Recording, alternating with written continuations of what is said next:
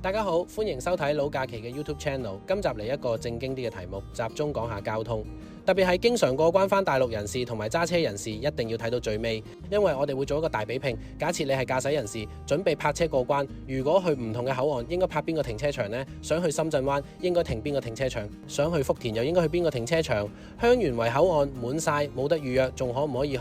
會唔會冇位？轉車會唔會好麻煩？今集就同大家齊齊分析。我想知答案嘅就記得睇到最尾。正式開始之前嚟個廣告時間，睇緊呢個片嘅大家可能揾緊北上玩樂資訊攻略，成日去玩或者經常出征嘅，你有冇試過狀態唔好，好易放煙花，又或者需要上陣時提唔起勁，唔想有尷尬情況，或者想提升表現，記得選用力神50倍濃縮秘魯黑馬卡。力神品牌係香港男士保健品專家，呢一款係市場濃縮度最 top。老小編真人實試過，只係食咗一盒，1個月未到就已經精神滿滿，瞓得好好，好有活力，慾望做起事上嚟都特別有耐力。食夠3個月，就連身體個底都打好埋，就算平日返工都好精神。推薦俾睇到呢條片，成日都需要出征嘅，你有咗佢，可以幫你加強機能，表現發揮得好啲。去力神官網、HKTV Mall 等各大平台都有售嘅。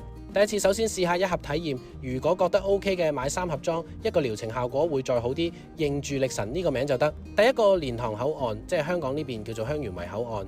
呢個關口係唯一一個點對點落車之後就可以過關，唔需要再靠接駁巴士。正常情況嚟計，如果去香園圍口岸過關蓮塘係最方便嘅，嗰度設有一個400幾個車位嘅停車場，泊好架車上一層就可以過關，完全唔需要接駁巴士或者再搭其他，行路就得。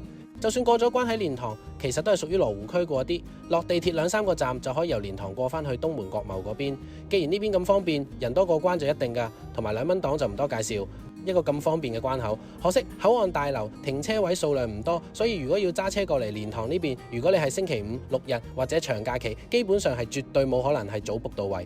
如果 book 唔到位，但係又想蓮塘過關都唔怕，其實可以照樣直接嚟，因為呢邊只要定位連麻坑，其實有3、4個爛地停車場，實測試過幾次，無論係熱門假期，人多人少，去到都有位，佢哋有方法幫你泊到有位嘅。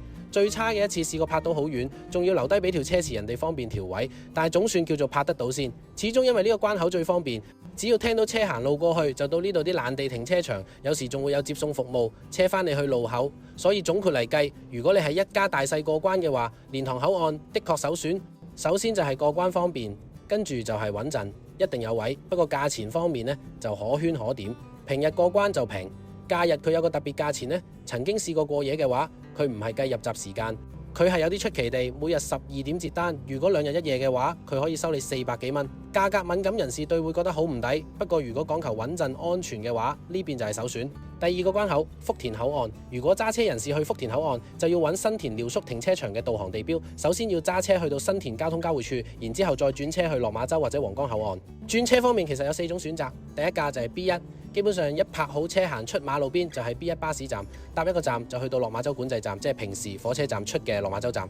落咗巴士上一層就可以過關依度。第2架就係小巴，巴士站隔離就有個小巴站，嗰架綠色小巴可以去到落馬洲。第3就係泥鯭的士，假設繁忙時間巴士小巴都冇位，就會自動出現一啲的士兜客，就算你1個人都好，照樣上車，佢會夾多幾個人先開車，每人10蚊，司機可以分開找錢，唔驚冇散紙。第4個方法，假設繁忙時間頭3個都太多人，你嘅 backup plan 就係皇崗黃巴士，點樣可以過到關？不過目的地就會變咗皇崗口岸。假設要泊呢個停車場過關，福田有咩注意事項？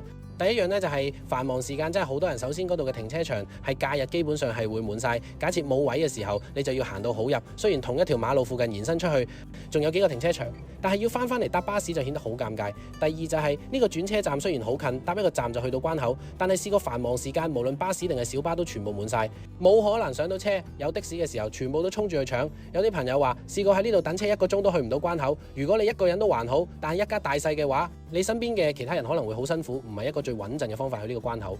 價錢方面，呢邊嘅停車場費用唔平，1個鐘15蚊，日泊150蚊起。仲有啲假期特別費用冇留意價錢，印象中應該差唔多。另外仲要計埋過關搭多1程巴士或者小巴。不過時間方面，福田口岸就夜晚10點半閂門。如果過咗嘅話，都仲有皇崗口岸可以返嚟攞車。好處同唔好處咧，就大家自行評估啦。